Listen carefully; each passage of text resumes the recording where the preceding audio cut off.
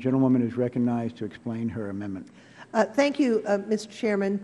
I was glad that we were able to come together as a committee on a bipartisan basis to fix the problem in the underlying bill relative to the 60-day limitation, and I'm hopeful that with this amendment we can show the same bipartisan effort to fix the bill.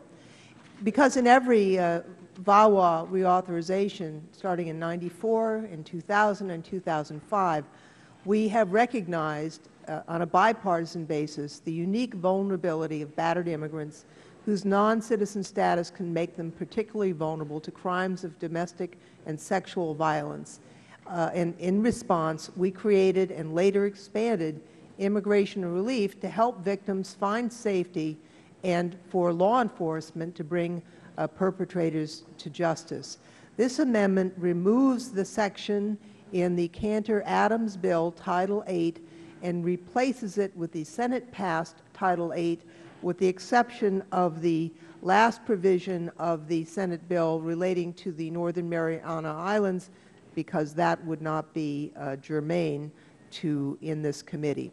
The Senate bill is a better answer. It won a supermajority, 68-31, including 15 Republicans in the Senate, and every woman in the Senate supported their bill. It responds to the demands of law enforcement that we increase the number of U visas available each year by recapturing visas that were authorized in the year 2000 but went unused because of delays. It also provides fixes to the underlying bill, to existing law to protect immigrant victims. It strengthens the U visa by adding stalking to the list of serious crimes for which U visas can be issued. It significantly enhances the notice and enforcement provisions of the International Marriage Broker Regulation Act, which again was bipartisan, and makes a number of other small but important fixes. As I said earlier, the House bill is a step backwards in terms of providing protection to the victims of domestic violence, and here are some of the ways. In the underlying bill, the confidentiality that is critical to VAWA is eviscerated.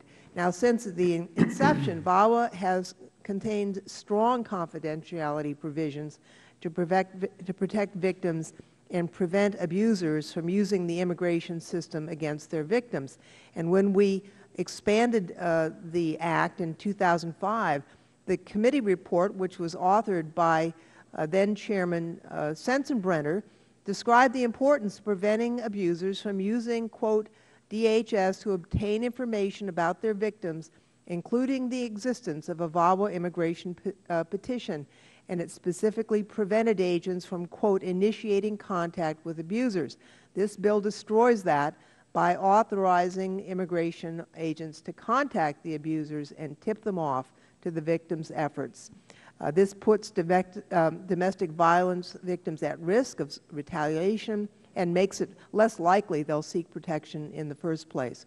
Requiring the consideration of uncorroborated abuser statements doesn't make any sense. And again, in the 2005 committee report authored by Chairman Sensenbrenner, I quote, he said, abusers have reason to, quote, interfere with or undermine their victims' immigration cases, and to encourage immigration enforcement officers to pursue removal actions against their victims.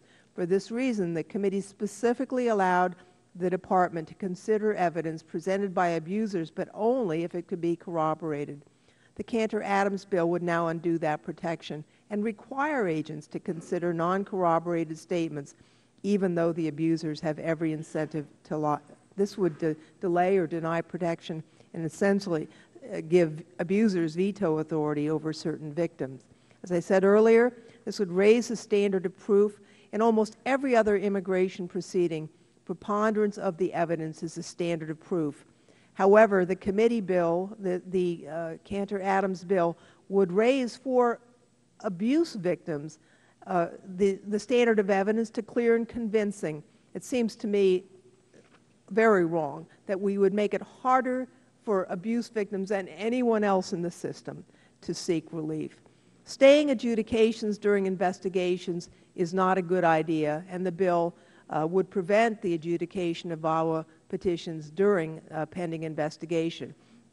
Now, this would delay protection to victims and potentially would force them to endure further violence and cruelty.